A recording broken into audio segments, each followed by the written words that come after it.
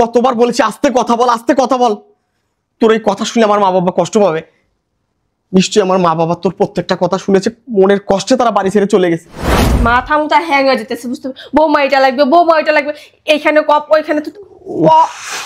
Please একটু আস্তে কথা বলো, বাবা মা শুনতে পারলে তারা কষ্ট শুনুক পাবে। না, শুনে আমার বাসা ছেড়ে চলে যাক, তা তো আমার শান্তি। বাবা একটা কথা বলি তোরে, তুই প্রথম মাসের বেতন আমার হাতে দিছ, আমি অনেক খুশি হয়েছি, আলহামদুলিল্লাহ। তুই এক কাজ কর, টাকাটা নিয়ে বৌমার হাতে দে, বৌমা মনে অনেক রাগ করছে। তোরা সুখে থাকলে আমরা সুখী। দাও, সব নিয়ে দিয়ে দাও তোমার আব্বা আম্মারে, আমার তো কোনো সমস্যা নেই। আমি তোমার ওয়াইফ, তুমি কালকে স্যালারি পেয়েছো, এটা জানার অধিকার আমার নাই। অথচ সকালবেলা ঘুমের থেকে উঠে আম্মার কাছে চলে গেছে তুমি স্যালারি পেয়েছো, তো প্রথম মাসে পুরো টাকাটা কি করলা, ওনার হাতে নিয়ে দিলা। হ্যামো, তুমি যখন আমারে বিয়া দিলা বললো যে ছেলে এত ভালো এত ভালো, এই তো ভালো নমুনা, তাই না? কি হয়েছে সেটা জিজ্ঞেস করতেছো, কি হয় নাই সেটা বলো। মা, আমার খুব শখ ছিল, আমার স্বপ্ন ছিল আমি যখন কোনো কর্ম করব, চাকরি করব, প্রথম মাসের স্যালারিটা তোমার হাতে তুলে দেব। ওর বিষয়টা আমি দেখতেছি, তুমি এটা তোমার কাছে রাখো। এই দেখো কত কেনাকাটা করছি, দেখো তো কাপড়গুলো কেমন হয়েছে। কি হলো? আরে এই দেখো না, এতগুলো কেনাকাটা করছি, কেমন হয়েছে দেখো। যতগুলা মার্কেট দেখতেছো, এই সব কিছু আমার মা নিজ হাতে তোমার জন্য কিনেছে। আমার মা নিজের জন্য একটা সুতা কেনেনি, আমার বাপের জন্য একটা সুতা কেনেনি। আমার মা বলেছে ও ছোট মানুষ, ও আমার মেয়ে, ও আমার বৌমা না। আর আমার মা তার মেয়ের জন্য কেনাকাটা করেছে, তার প্রতিদান তুমি এটা দিলা? হ্যাঁ, তার প্রতিদান তুমি এটা দিছো? বৌমা আসলাম তো অনেকদিন হয়েছে, ওই দিকে না জানে বাড়ি ঘর কি অবস্থা। তুমি তো ছোট মানুষ, সংসার কিভাবে সাজাতে হয় তুমি তো জানো না। তোমারে সবকিছু শিখাইয়া পড়াইয়া তারপর এখান থেকে যাব, এটাই চিন্তা ভাবনা করলাম। বৌমা, তোমার কোনো চিন্তা ভাবনা নেই, তোমার শাশুড়ি তোমাকে সব কিছু শিখিয়ে দেবে। একটা সংসার কিভাবে গড়তে হয়, কিভাবে করতে হয়, তুমি তো অনেক কিছু বোঝো না, তোমার বয়স তো অল্প। আমার একটা মাত্র ছেলে, সংসারটা সুন্দর সুখের হয়। আখি ছোট তো। আব্বা আম্মা নাস্তা করেছো তোমরা? হ্যাঁ, নাস্তা তো করলাম।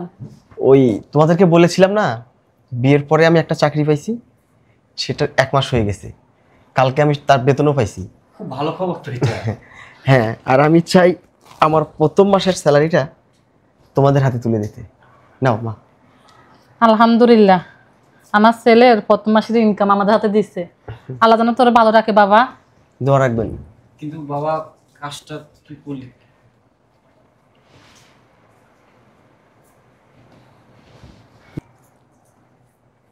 বাবা একটা কথা বলি তোরে, তুই প্রথম মাসের বেতন আমার হাতে দিছ, আমি অনেক খুশি হয়েছি, আলহামদুলিল্লাহ।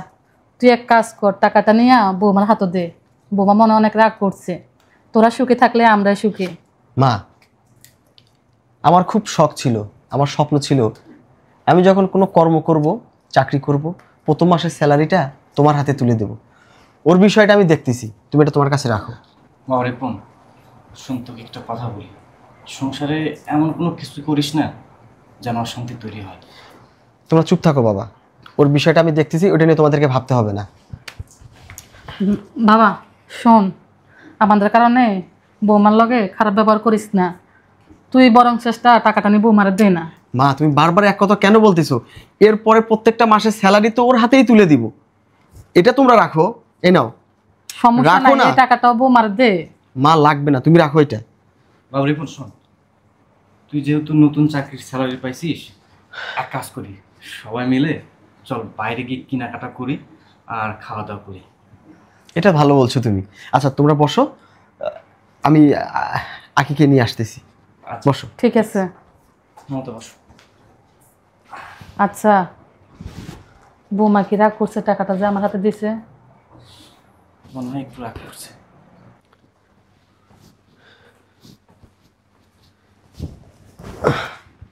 কি ব্যাপার, তুমি ওখান থেকে ওভাবে চলে আসলে কেন? আব্বা আম্মা মনে হয় একটু মনে কষ্ট পাইছে। আমি আম্মার হাতে স্যালারিটা তুলে দিছি, এজন্য কি তুমি মন খারাপ করছো? কি হলো, কথা বলছো না কেন, চুপচাপ আছো? আমি তোমার কিছু বলছি? হ্যাঁ, দাও, সব নিয়ে দিয়ে দাও তোমার আব্বা আম্মারে, আমার তো কোনো সমস্যা নেই। আমি তোমার ওয়াইফ, তুমি কালকে স্যালারি পেয়েছো, এটা জানার অধিকার আমার নাই। অথচ সকালবেলা ঘুমের থেকে উঠে আম্মার কাছে চলে গেছে তুমি স্যালারি পেয়েছো, তো প্রথম মাসে পুরো টাকাটা কি করলা, ওনার হাতে নিয়ে দিলা। আচ্ছা শোনো, তোমাকে একটা কথা বলি, এটা শুধু আমি না, আমাদের এই বাংলাদেশের 99% ছেলের স্বপ্ন থাকে প্রথম মাসের স্যালারিটা তাদের বাবা মার হাতে তুলে দেওয়ার। আমি সেই কাজটাই করেছি, এটা আমার অনেক স্বপ্ন ছিল, আমার অনেক আশা ছিল, আমি যদি কখনো চাকরি বাকরি করি আমার প্রথম মাসের স্যালারিটা আমি আমার বাবা মায়ের হাতে দিব। আজকে আমার মনটা অনেক খুশি। আর এরপর যা স্যালারি পাবো সব তো তুমি পাবা, তোমার হাতে যাবে। তারা তো আর প্রত্যেক মাসে আমার সঙ্গে থাকবে না। আর এই সামান্য ব্যাপারটা নিয়ে এরকম মাইন্ড করতে হয়? প্লিজ।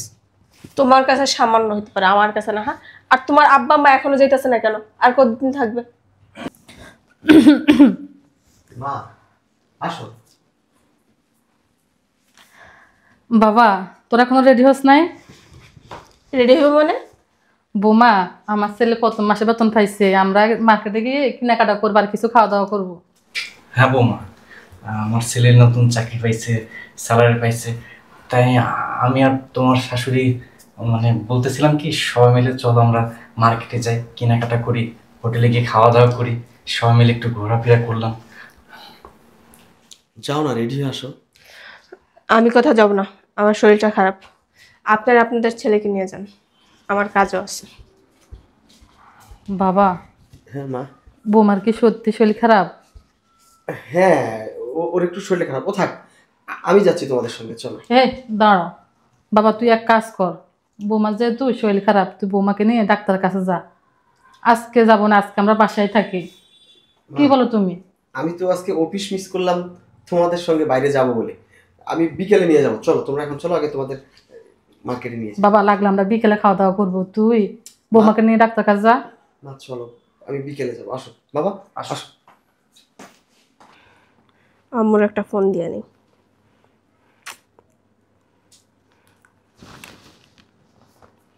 মেজাজটা যা গরম, আর কাজের সময় ফোন ধরে না।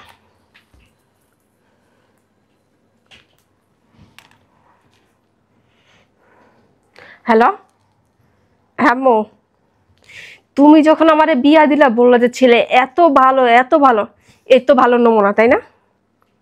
কি হয়েছে সেটা জিজ্ঞেস করতেছো, কি হয় নাই সেটা বলো। কালকে প্রথম মাসে স্যালারি পাইছে, আমারে জানায় নাই, ঘুমে থেকে উইটাই চলে আসছে আম্মার কাছে, নাস্তাও করে নাই, টাকাই না আম্মার হাতে দিতেছে, বলতেছে আম্মা আমার প্রথম মাসে স্যালারি পাইছি, কালকে রাত্রে তুমি ঘুমাই গেছো, তোমার তো বলতে পারি নাই। আবার কি করছে, ওই টাকা নিয়ে এখন বাপ ছেলে মা তিনজন গেছে শপিং করার জন্য। আমার কিন্তু আম্মু এইসব ভাল লাগতেছে না। কি তোমার কি মনে হয় ওই বুড়া বুড়ির সাথে আমি খারাপ আচরণ করি না? আমি উঠতে বসতে উষ্টা লাথির উপরে রাখতেছি, তারপর একটা মাস হয়ে গেছে আমার বাসা থেকে যেতেছে না। কি বলে আমি নাকি সংসার সম্বন্ধে কিচ্ছু বুঝি না? আচ্ছা আমি কি ছোট বাচ্চা?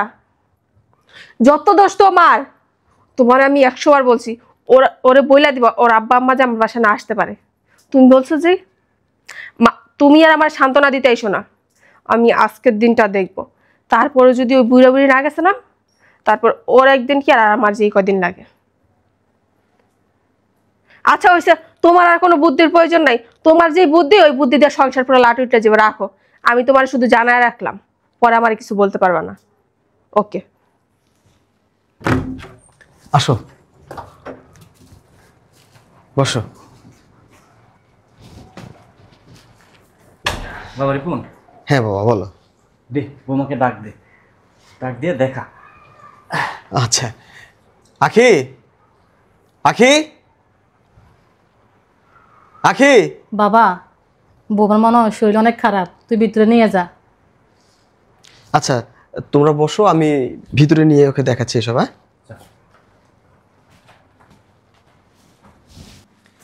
কি ব্যাপার আখি, আমি তোমাকে কতক্ষণ ধরে ডাকতেছি, তুমি কথা শোনো না?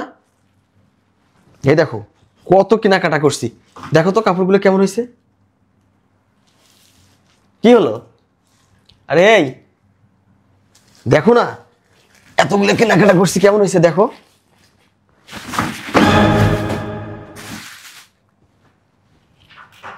বুঝলাম না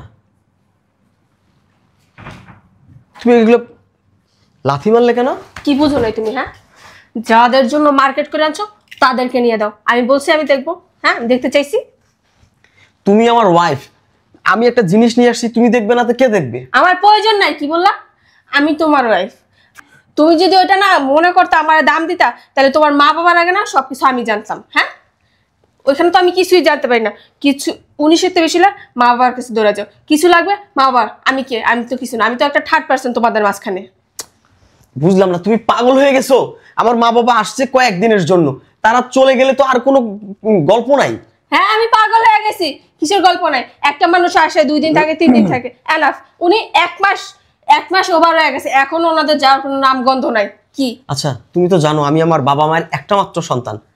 এই দুনিয়াতে আর কেউ আছে তাদের? তারা আমার কাছে আসবে, আমার বাসায় আসবে, আমার বাসায় থাকবে। এটা নিয়ে তো এরকম রিয়েক্ট না করলেই পারতে তুমি, তাই না? তাহলে বাপ্পা নিয়ে থাকতে বিয়ে কেন করতে গেছে? হ্যাঁ, আমি না ওনাদেরকে আর নিতে পারতেছি না। আমার মাথা মুথা হ্যাং হয়ে যেতেছে, বুঝতে? বৌমা এটা লাগবে, বৌমা এটা লাগবে, এইখানে কপ, ওইখানে তো প্লিজ একটু আস্তে কথা বলো, বাবা মা শুনতে পেলে তারা কষ্ট শুনুক পাবে। না, শুই না আমার বাসা ছেড়ে চলে যাক, তা তো আমার শান্তি। তুমি কি মানুষ? না, আমি মানুষ না, অমানুষ হয়েছে তোমার। তুমি আমার সামনে সরো তো, সরো। আচ্ছা, তুমি কি একটাবার জানার চেষ্টা করেছিলে আমার বাবা মা এই মার্কেটগুলো কার জন্য করছে? কি জানবো কার জন্য করছে? ওনাদের জন্য করছে। এটা আবার নতুন করে বলার কি আছে? না, কি না? আমার বাবা মা তাদের জন্য একটা সুতাও কেনেনি। তোমার মনে আছে আমার মা সকালে তোমাকে কি বলেছিল? কি বলছে? বলছে বৌমা মার্কেটে যাব, শপিং করব, খাওয়া দাওয়া করব। ও, এর বাইরেও তো কথা আছে।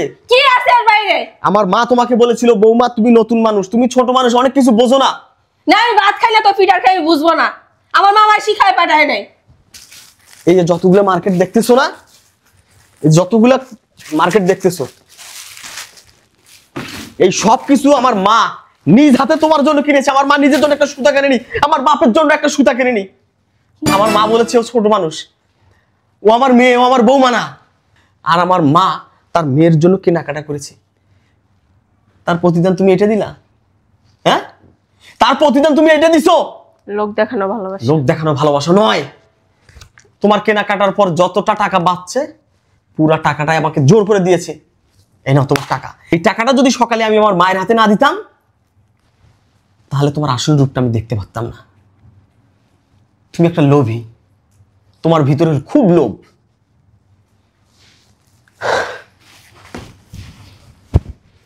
এই শোনো না, এই শুনো না, আমাদের কারণে ছেলের সংসারে অনেক অশান্তি, আমরা গ্রামে চলে যাই।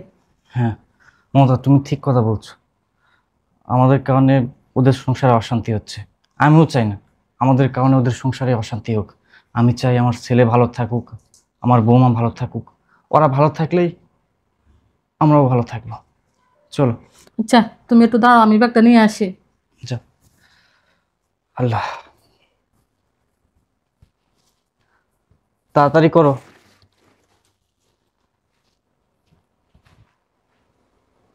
আল্লাহ, চলো। আসো।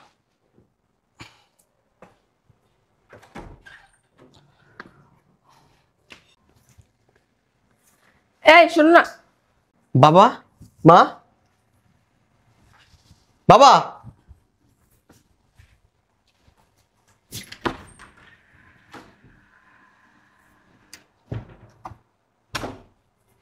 কতবার বলেছি আস্তে কথা বল, আস্তে কথা বল। তোর এই কথা শুনে আমার মা বাবা কষ্ট পাবে। নিশ্চয়ই আমার মা বাবা তোর প্রত্যেকটা কথা শুনেছে, মনের কষ্টে তারা বাড়ি ছেড়ে চলে গেছে। কেন করলা তুমি এটা? কি কারণে করলা?